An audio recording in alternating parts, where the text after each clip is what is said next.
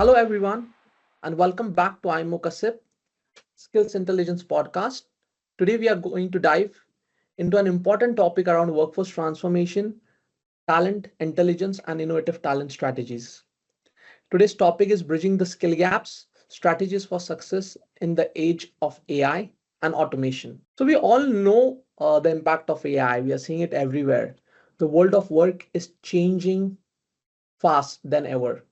AI and automation are transforming each and every job role, creating new opportunities, but also making some skills obsolete. At the same time, the cost of losing great people due to lack of upskilling within an organization is skyrocketing, and replacing them isn't easy. Hiring top talent externally comes at a cost and doesn't always guarantee success. In today's episode, we'll explore practical strategies for bridging the skill gaps. Our discussion will cover how to identify skill gaps, implement effective training programs, and leverage technology for continuous development. Additionally, we'll touch upon an important aspect of internal mobility, how to retain your top talent, how to upskill your top talent, and lower the cost on external hiring. Today, we have with us Dr. Shambhavi Sharma. Dr. Shambhavi serves as a Chief Human Resource Officer at Joe Software. She holds a PhD in Strategic Human Resource Management and an MBA, and is well regarded as a trainer, coach, organizational development expert, a mother, and a farmer. In her role at Joe Software, Dr. Shambhavi drives the development of forward thinking HR strategies that align with the evolving fintech landscape. She is dedicated to designing and evaluating the talent journey, ensuring that the company attracts and retains top talent while cultivating an environment that promotes innovation and growth. Over to Shambhavi to introduce herself and her work and journey in this space.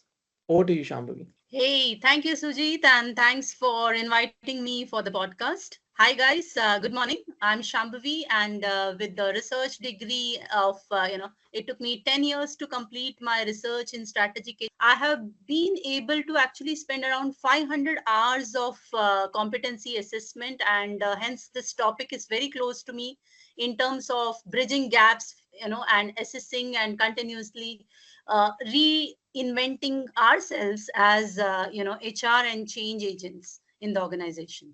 So that's about me. And of course, Sujit, the last part of being a farmer is the most interesting one now. And as we grow older, right, we are more, we are learning new skills, and that's the new skill I'm learning of basics of farming, and how we have mango plants. So, how to, have cultivate better mangoes. So that's my new hobby nowadays on weekends. Coming back, I think it is extremely important for us to continuously reinvent ourselves as leaders in the first place, to start looking at the other change agents in the organization, or even to expect that from the leadership perspective. So with that introduction, handing over back to Sujit, and let's get started. Sure, Shamba will focus on, at the end, will also focus on what is the impact of AI and automation on mango farming. Oh, lovely. That would be fun. Great. So, Shambhavi, from your experience, what are some of the most common skill gaps you observe in today's workforce, particularly in the fintech industry? Absolutely. So, Sujit, yes, I think fintech itself is changing. The world is, in a VUCA mode right now, with the AI, ML, ChatGPT, and you name it, the best of the technologies are here. And we are spoiled for choice. While the landscape from customer perspective is changing, we also need to see that the consumer market is also changing, right? And we, as I was talking to my mom. Traditionally, we are very used to going to the bank and taking money. Now everything has changed from core banking. Since we have introduced core banking last 10-15 years, the world of fintech is changing. And with that, if we limit ourselves to our traditional method of looking at skills and bridging the skills gaps, I think that's not going to be the right approach, because it is important for us to look at what is it that the future expects from the fintech industry. And I think that's the direction in which we are looking at. So, what do you believe as the most effective method for an organization to identify and address the skill gap within the teams? Yeah. So me being a firm believer in strategic HR, Sujit, I think the change needs to be on the top. Like I mentioned, leadership agility should be the number one priority, because most of the teams would follow their leaders. Okay. And if they themselves see the leaders being able to learn, to adopt, and to be able to transform their traditional methods of learning to the more advanced skill building processes. Okay, it can be, we create a rule of just one new skill per week.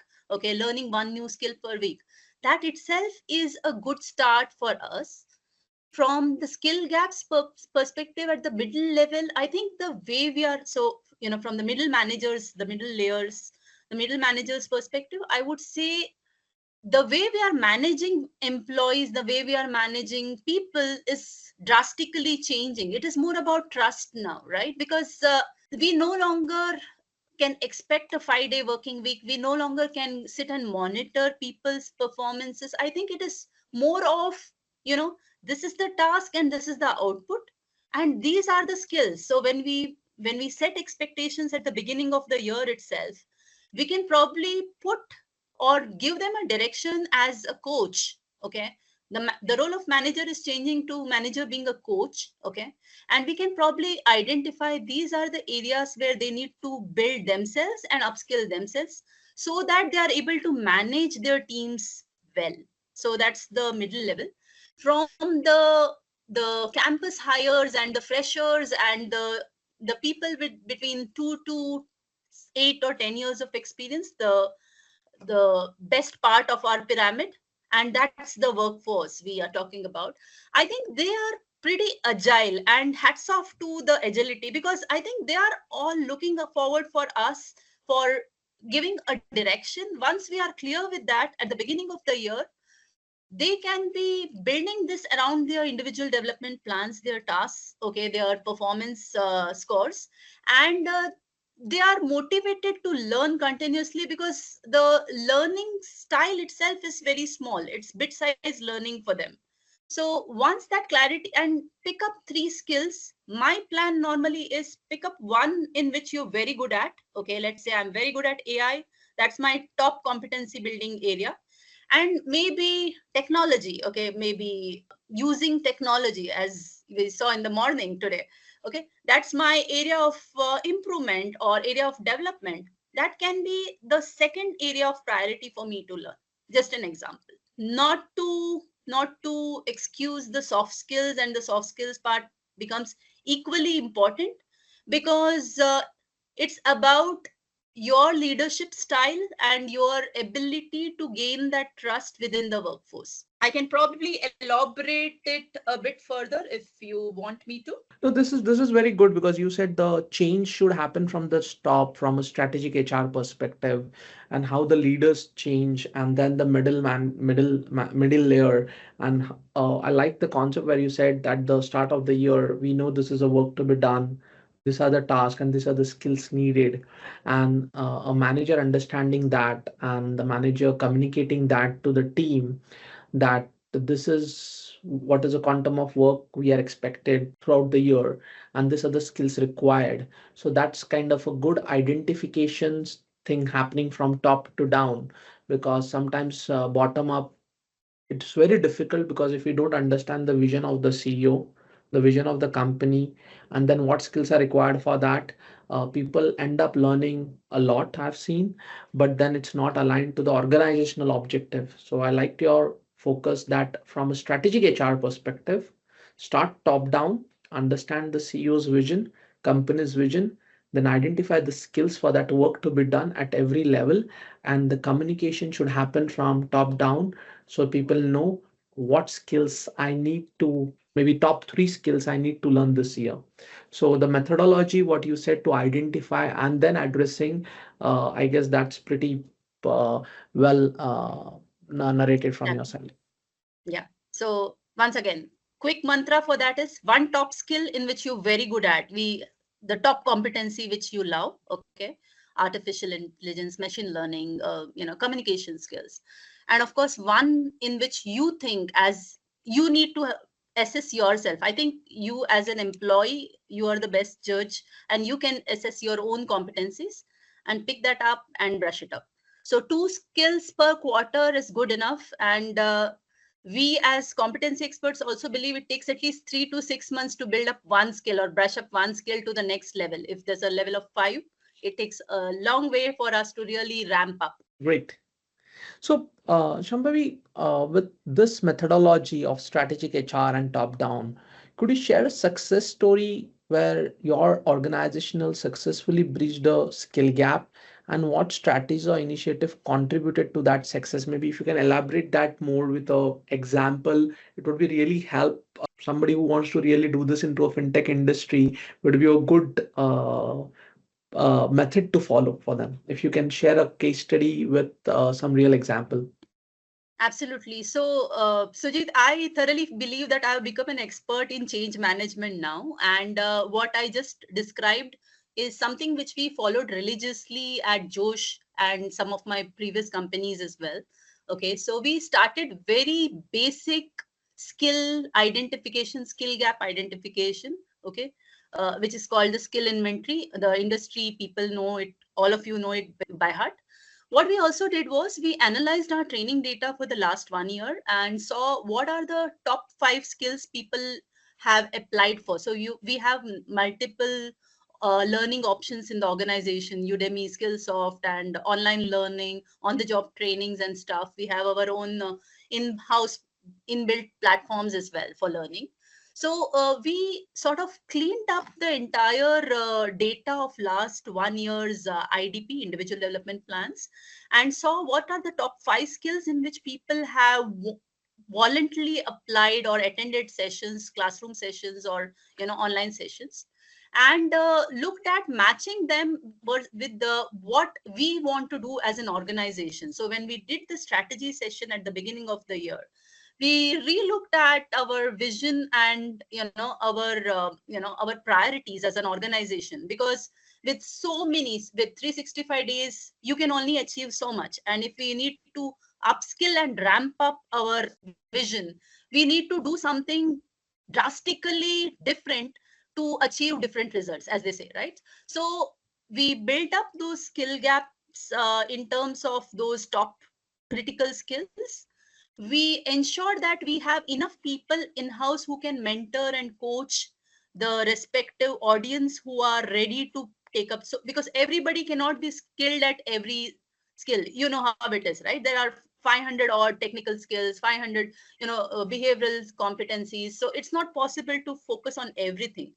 You will need to necessarily prioritize at the beginning of the year during the strategy session as a leadership team.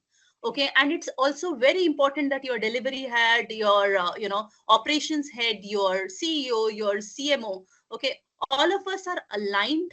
We use the classic balance scorecard to get that alignment fixed on the goals for the top leaders, and then cascaded those skills to the next level, like I explained in my previous question, and ensure that we have enough people who possess that skill or who can train those skills in house, with practical project experiences. Okay, when we are actually delivering, when the rubber hits the road, as they say, right? When we are on the road, how much of that applicability of that skill is happening, and are these guys good enough?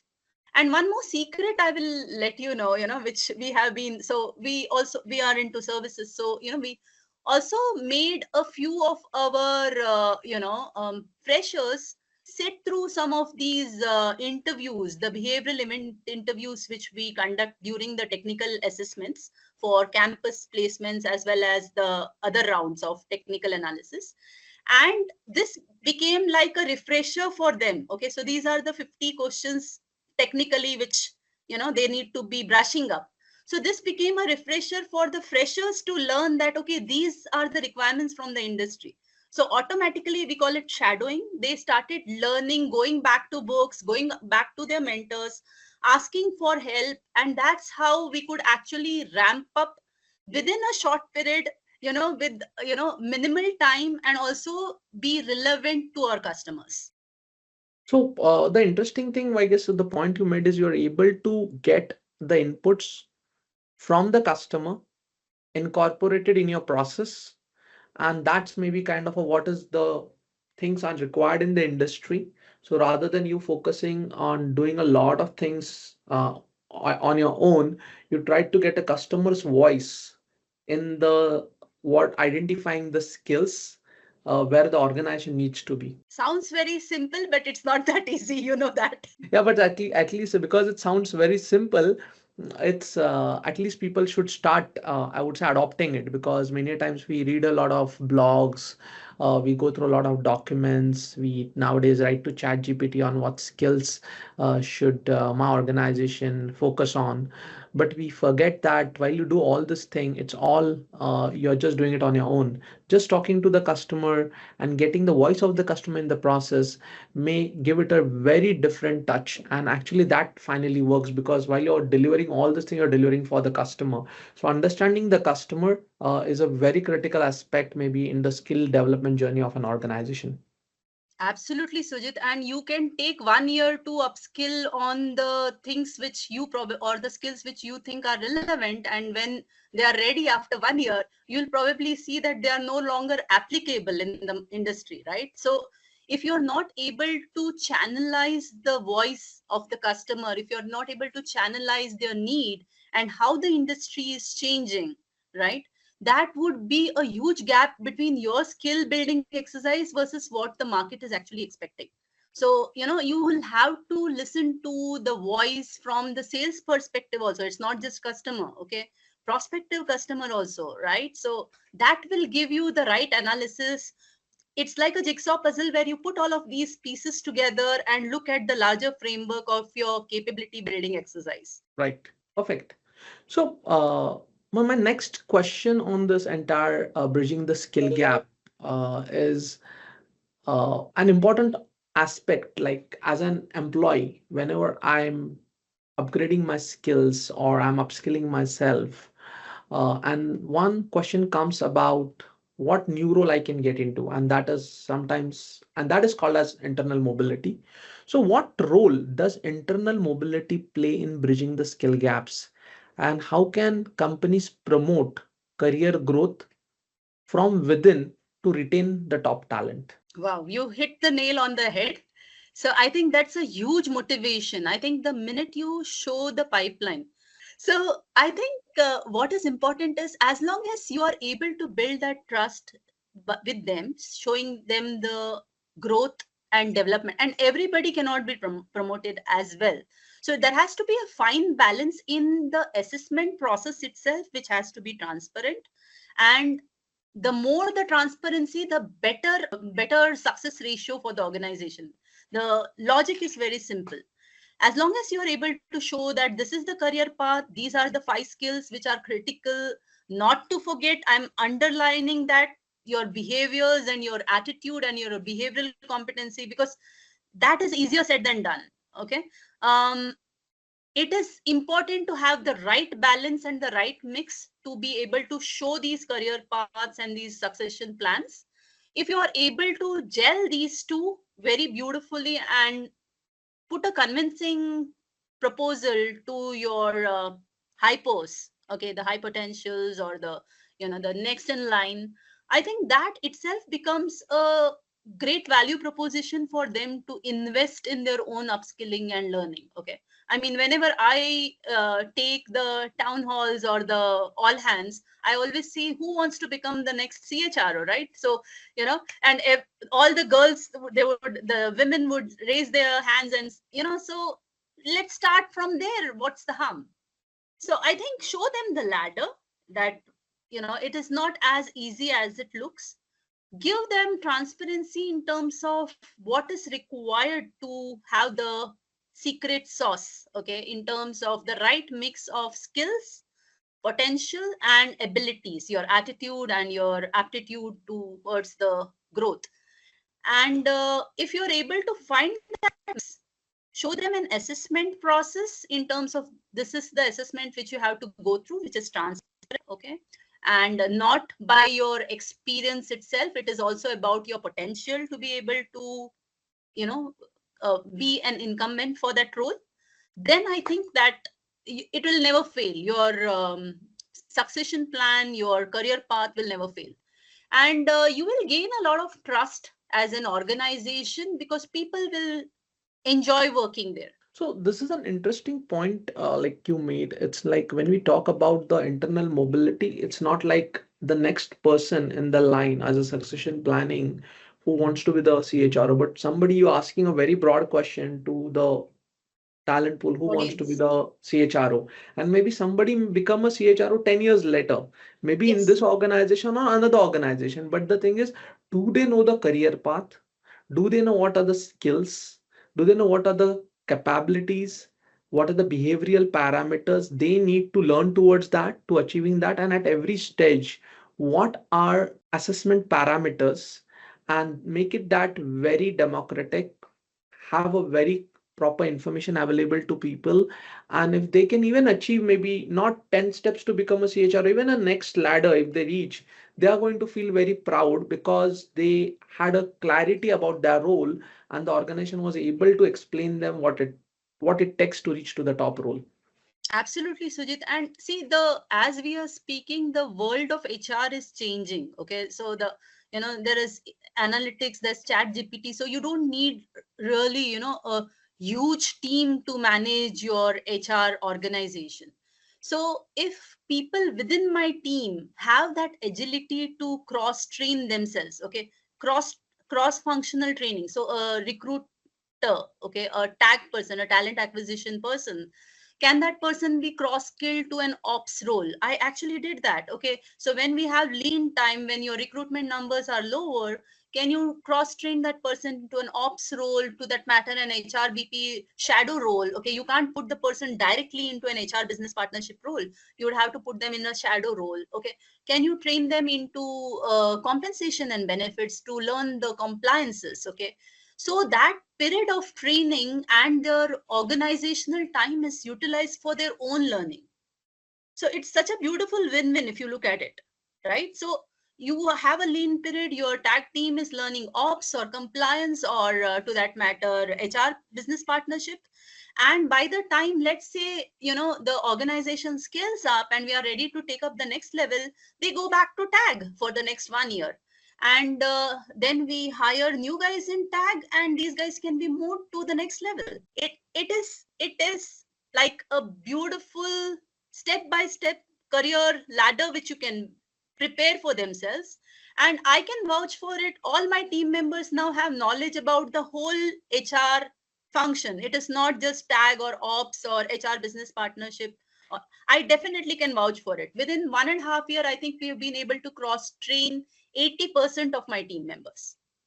So technically they don't even need me right now, because they know what is happening and they are not left in gray. Great. And Shambhavi, to do all this thing, right? The most important thing is the culture.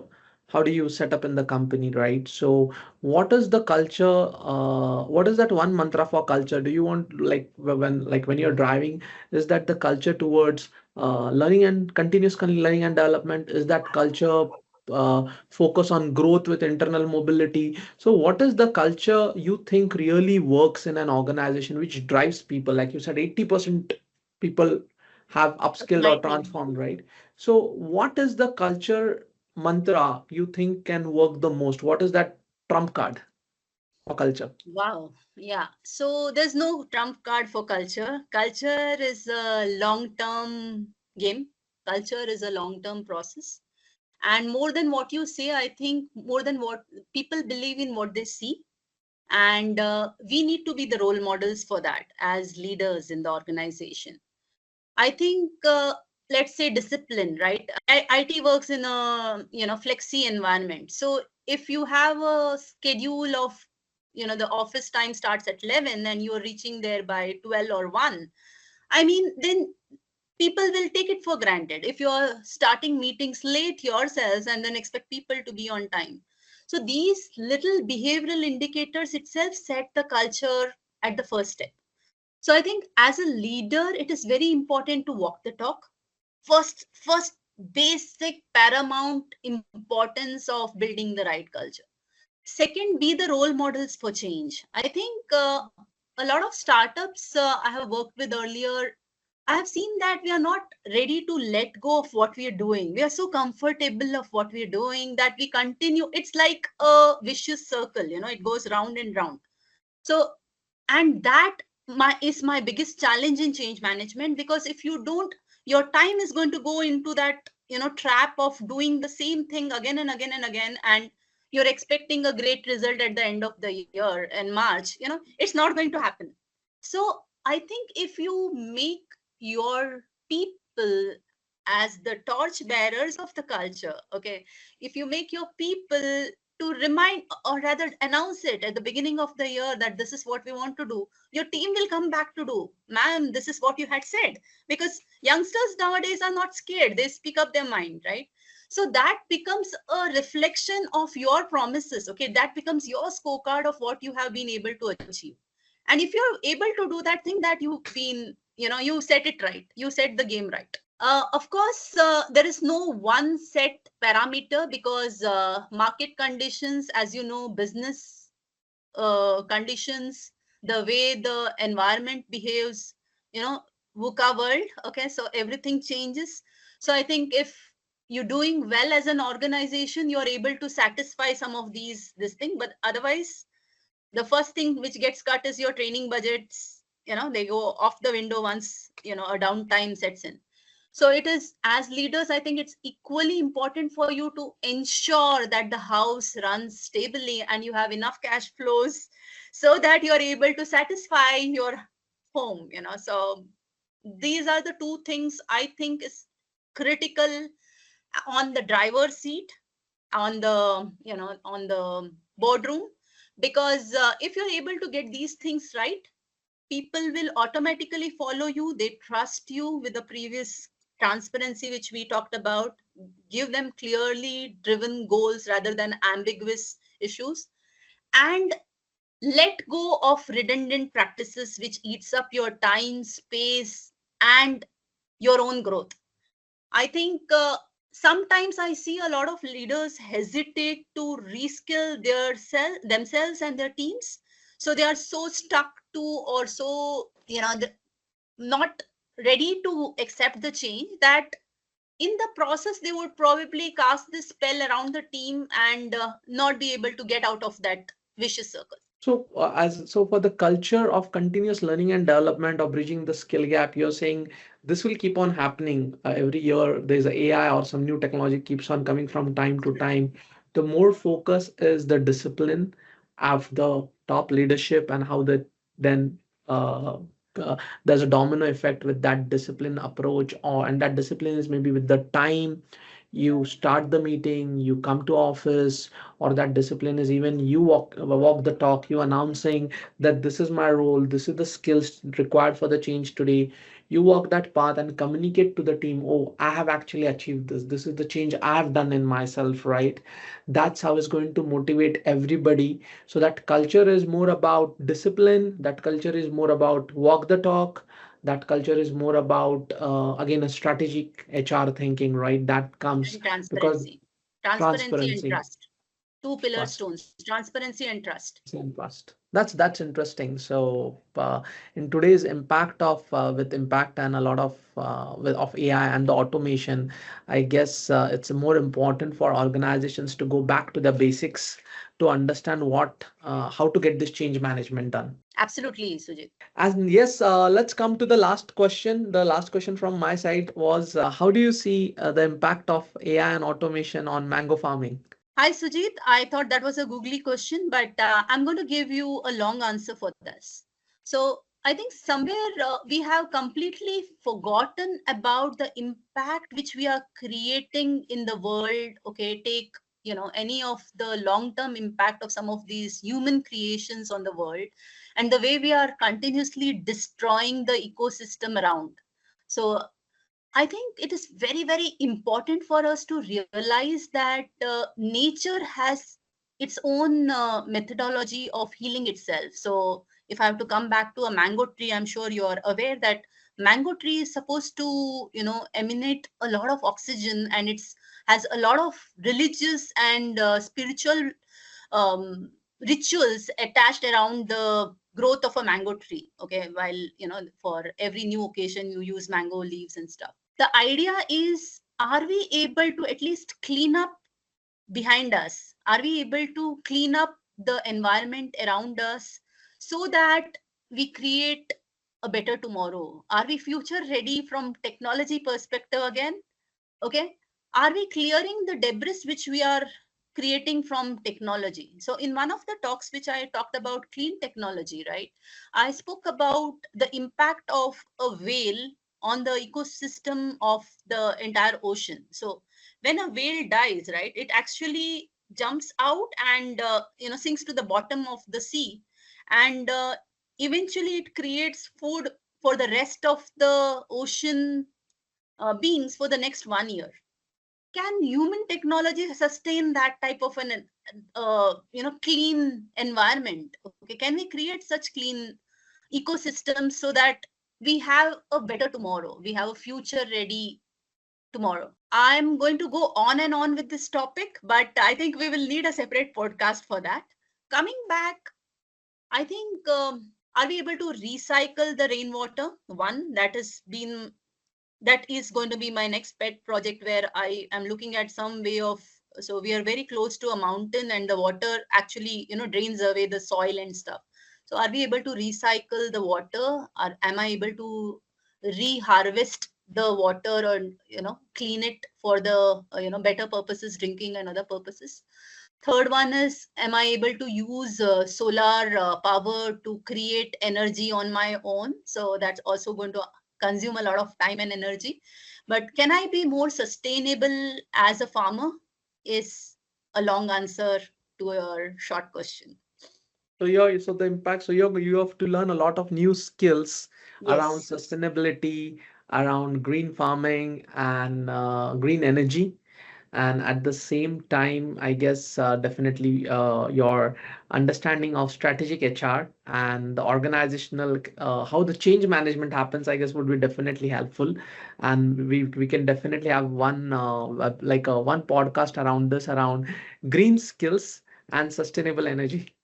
Absolutely, Sujit. And I think, see, there's a lot to learn from nature, and you just need to apply it to people management. I think every tree has a way of recycling itself, right? The weeds, if the weeds start, you are not weeding, then the soil nutrition goes for a toss. So you have to weed out what is not required. You need to cut the branches which are no longer, they are drying or they are not holding, because if you don't cut those branches, the tree will continue supporting the weakest branch, right? These are the principles. You need to get the right soil without too much of chemicals. Our growth is all chemical free growth. Okay, we don't use any chemicals in my farm. So can I prepare organic manure at the beginning of the year so that I can sustain the mango season and not use chemicals and pesticides to grow the mangoes? They are the best in the world. I don't buy mangoes from outside. So yeah, I mean, wish me luck, and I think we're good with the people management part. And every time I visit the farm, it brings me back to earth and creates, ambience which I love to give back to the environment. So the same principle I use at the workplace.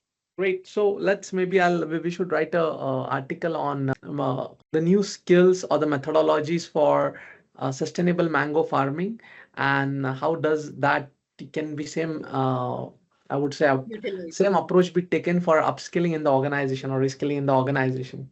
Absolutely, Sujit. And yeah, I think we have a long way to go from people management perspective, but we are all learning. And I think we will do our best to be able to cultivate the best in unleashing the human potential. Great. Shambhavi, thanks a lot for today's insightful podcast on the impact of AI and automation and bridging the skills for an organization towards success, skill gaps towards success. It was great to hear from you.